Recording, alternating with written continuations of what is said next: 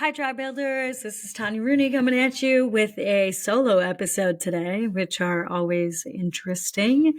So I wanted to go over the couple of things I'm going to go over today. I'm going to talk a little bit about CrossFit, which is, I know, super random. I'm going to talk about CrossFit. I'm going to talk about this loan connection that's happened. And then I'm going to talk about some daily groups. And the reason I'm doing a solo episode today is really just I want to tell you a couple of stories about the reason the community means so much to me and the stuff that can just come out of communities. I've talked about a couple of these things before. If you catch me on a podcast, I'll talk about the loan connection that I'm going to talk about today. But I just find it to be so important to show people why I'm so obsessed with tribe building and what it can do for your business. And I think people have these stories all over the place. They might not have it fit into my criteria of this is tribe builders, but the way that we do business and the way we can do business and what we can accomplish is just really, really cool when you add other people to the mix. And it seems like you can go farther, faster, when you just have a tribe of some kind of people in your community surrounding you to help. So today I'm going to start out with, Scott Panchik. Most of you aren't CrossFitters, or maybe you are. I have no freaking clue, actually. But the likelihood is pretty low. So I did CrossFit for probably 3 or 4 years. I joined a CrossFit gym in Minnesota, and I absolutely loved it. So I'm telling you this because I joined this CrossFit gym, and then if you haven't noticed, I love communities. I jump into them, wholeheartedly, typically, especially if it's something I'm interested in.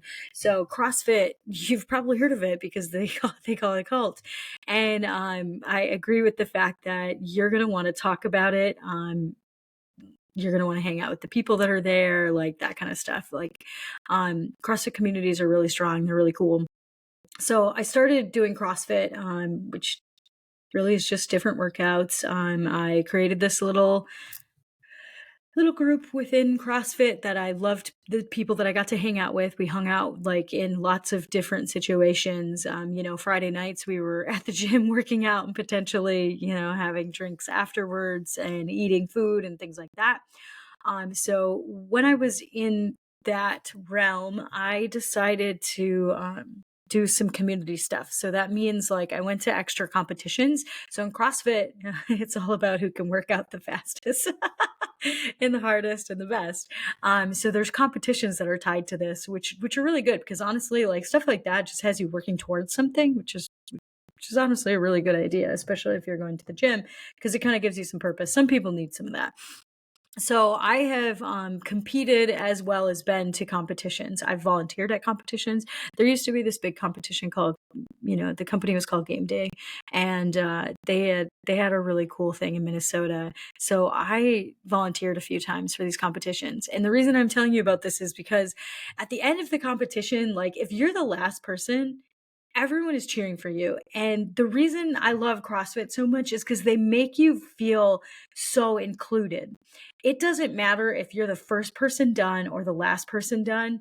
There's all of a sudden going to be a group of people cheering for you. They might be in the stands and they might honestly just be on the sidelines because they already finished. And that's the beauty of CrossFit is you're doing these group workouts. And there are varied ways to do them. Some of them are timed. Some of them are you just have to get through this whole entire program, whatever it is. But the cool part is at the end, people are literally standing around cheering for you. You might not know how to do a pull-up, or you can't do a pull-up, or you have to do a modified pull-up. But if you're supposed to do 100 pull-ups and everybody else is done with their 100 pull-ups, they're literally next to you, encouraging you, telling you how you got this, like that kind of stuff. And I think the cool part about CrossFit competitions is truly people are standing there cheering for you. It doesn't matter that you're the last person.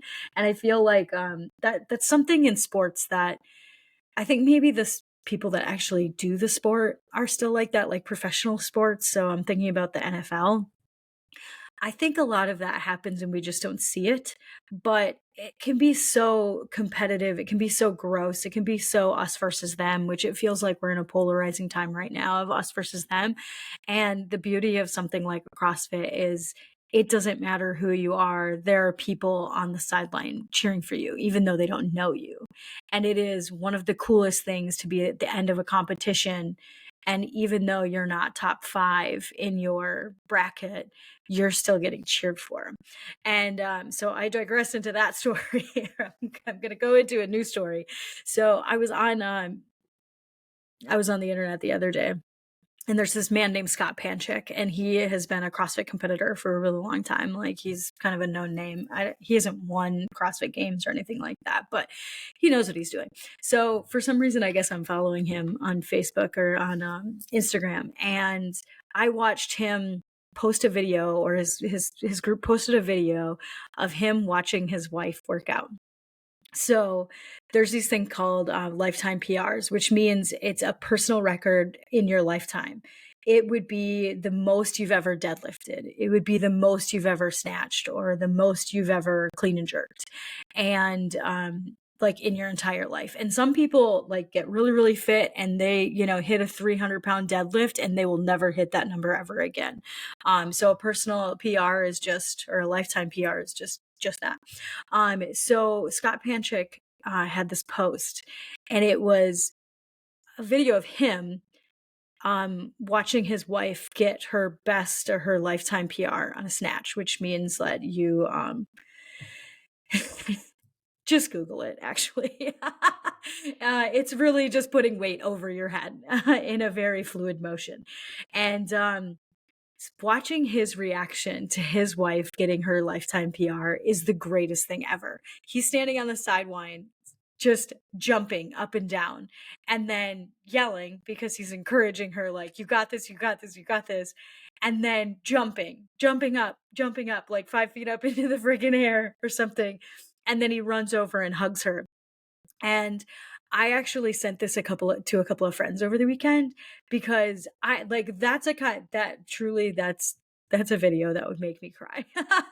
Because, like, there's so many things going on. This man and this woman found like the coolest connection ever. Like, they're married, they encourage each other in a way that some people will never understand. And it's just like, they really they want the other to win. It's incredible. And then on top of that, they just showed like this excitement for life and for what they're doing. Like, it was just lifting weights. I know, like, it's so simple, it's seemingly so simple, but it's not so simple, because in that video you got to see a man love the shit out of his wife and be so excited for her and proud of her and all of this, and you can see it without him saying any words. They didn't even have to put words to the video, and I personally would have known what they were getting at. And I think that's like the beauty of CrossFit, is that, like, seriously, things like that happen all the time. So it made me remember, I've competed at CrossFit too. There'll be just small, like, invitationals, throwdowns, whatever, at gyms, and I signed up for one with a friend. I was really fit then. It was fun. Um, I got my personal best back squat that day. My partner and I had been, training a little bit together here and there. His name is Mike Hogan. We showed up, and there was some back squats, and back squatting is not really my favorite thing or anything. But he had known what my numbers were. I probably started out the day with my personal best being 135 or 140 or something like that. And I was able to max out 2 different times, like, so 2 different levels. Um, I got my PR, like, which was probably 155 or 160 or something. And then I went and did it again and almost got to 170. I think I did a 168-pound back squat. And for me, that was a really, really big deal. That's still probably my personal best. And I have a video of my partner jumping up and down, because it was the same thing. It's this intense encouragement and love and excitement for somebody, and just like the momentum that you have with all of the emotions that comes out. It's just so beautiful. And I think a ton of people in the world could use a little bit of CrossFit encouragement, because it's just freaking beautiful. So I'm actually gonna link the video that Scott Panchik's team posted, and you can see, like, the excitement somebody has. And I guess I'm telling you this story because I think, everybody can learn from it. And the fact that, when was the last time you just uninhibited encouraged somebody like crazy. And how fun would it be and annoying, but how fun would it be if you were at your office job and you were just about to finish some thing that was due for a client and there's somebody sitting next to you going, yes, you got this. You're almost done. This is going to be so great. And then you're going to go home and have a nice dinner and a drink with your spouse. I don't know. Like, I don't think that's what's going to happen, but I just wanted to share it because that's one of the beauties of community. Like, that's truly, it's something that I can always relate to and I can always get excited about. And just seeing that some people really encourage like this and get to have this kind of happiness in their life is just, it's just fun. So the next story that I want to tell you about is a loan connection story. So I remember quite a few years ago, I was flipping a house. We got this house under contract. It was a really, really nice couple whose, parent passed away. They just wanted, to be hands off. They didn't want to have to fix it up. They wanted it to go to somebody though that would make it a lot nicer and do some cool things with it.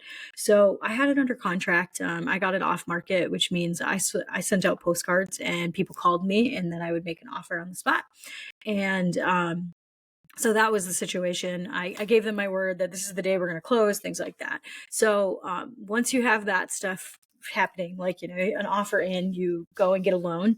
At that time I was slightly new. This was probably my fourth flip or something like that, maybe my fifth flip. And so I had reached out to some banking teams. Honestly, they're flip money, so it was hard money. I reached out to some of those people and did some back and forth and thought I was qualified for a loan.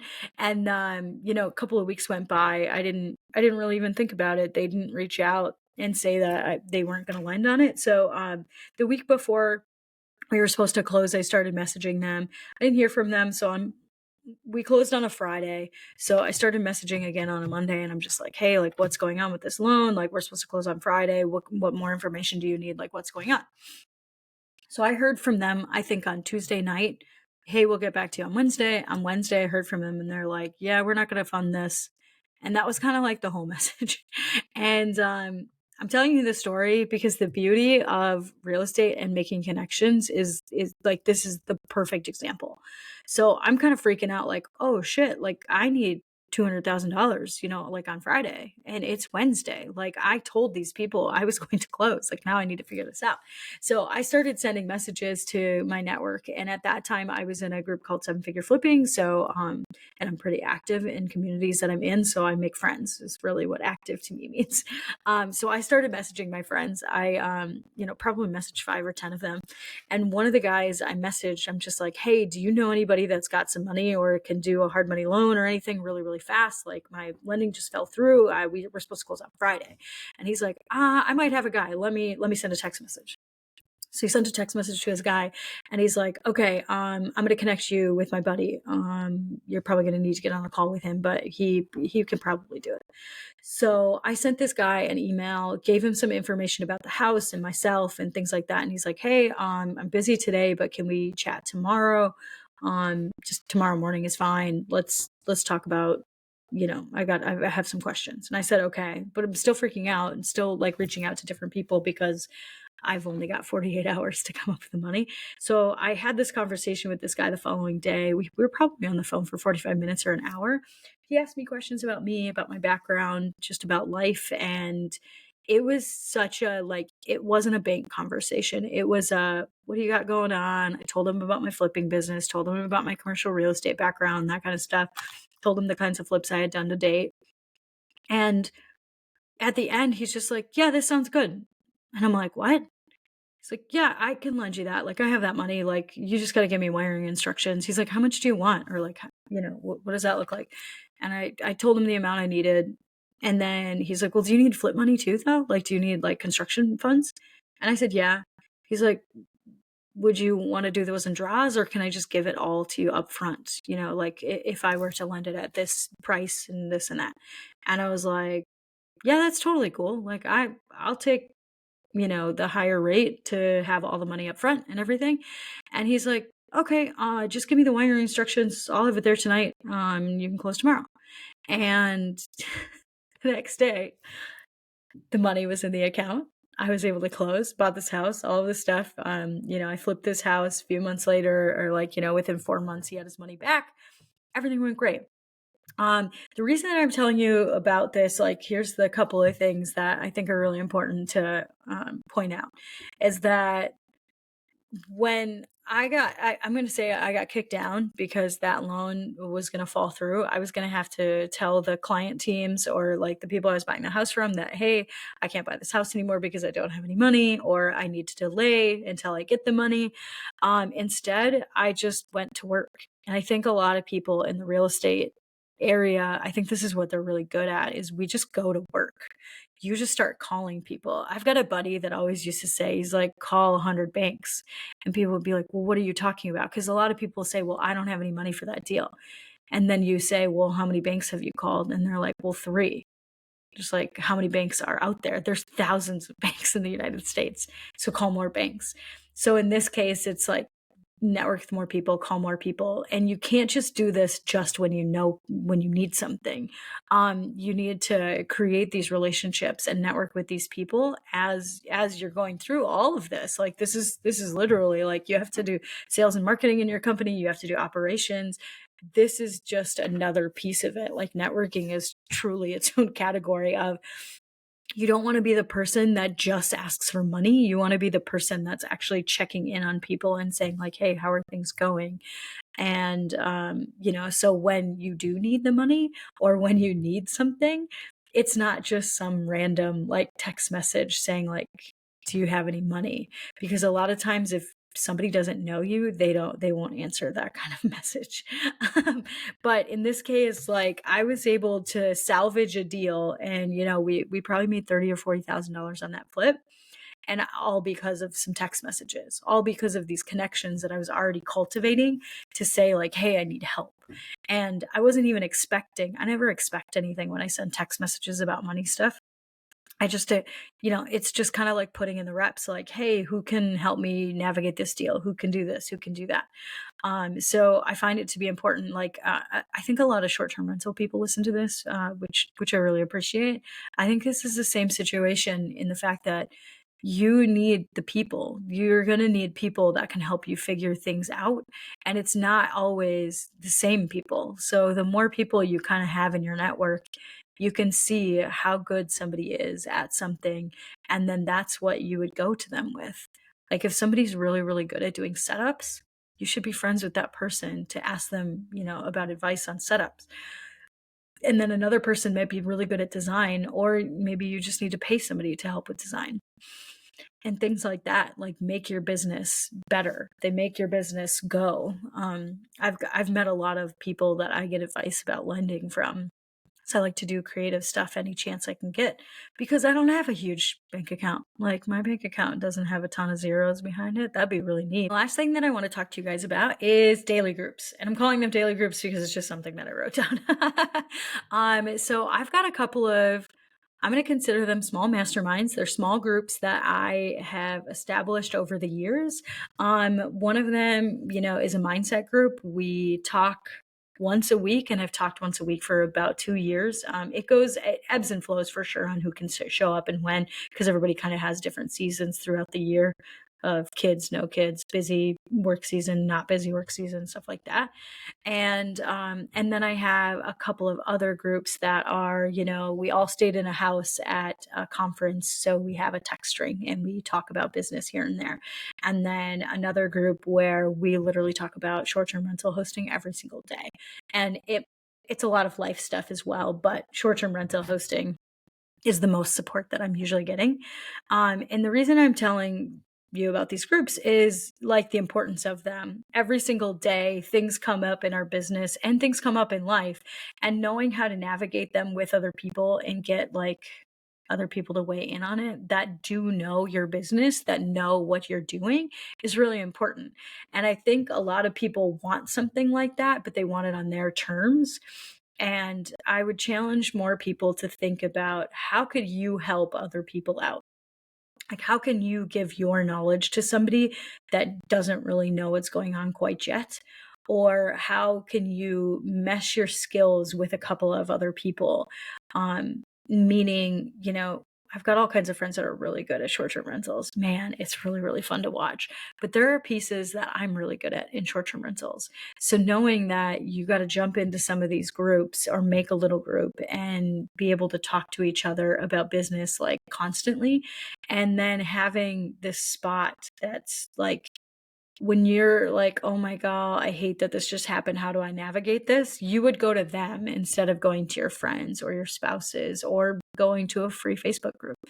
Um, I think these groups are really, really important because they're kind of like your lifeline into like, how do I handle this?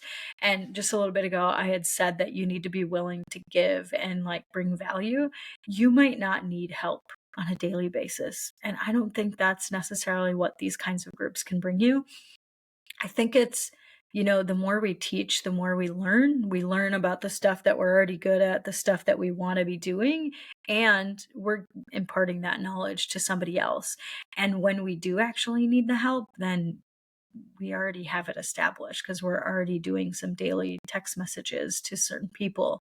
And I think I've talked about this definitely a lot on this podcast, that I think everybody should have a group. So if anybody's looking for one, reach out to me. Like, I think I'm just going to start a list that people can just be on that says like, hey, this is what I'm into. I would love a group. I typically start these out as accountability groups. Like any of the text message strings that I have that are pretty consistent have all started out as an accountability group of some kind, which is super fun to be able to do, because then you're really working on actual goals towards something, and then you can text as little or as much as you want. But I still encourage people to find some kind of group like this, establish it, be the person that, it's not super comfortable at first, but be the person that does the thing that gathers the humans. Like if it's not available for you to go do right now, because like nobody's either having it or whatever, then you just need to make it.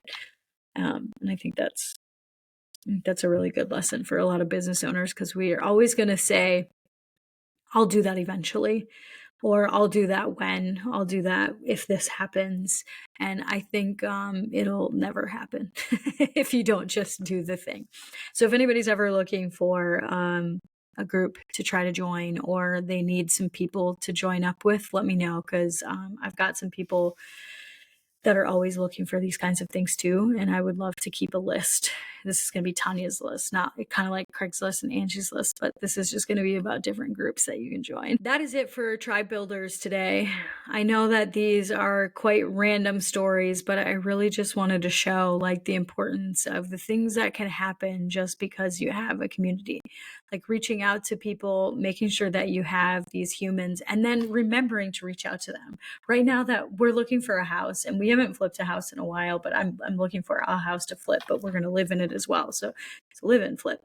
And it's so interesting how natural it can be. Once I remember, I need to start reaching out to people. I've started to send text messages like, hey, I'm looking for a place. Like, here's the neighborhoods. Like, let me know what you got.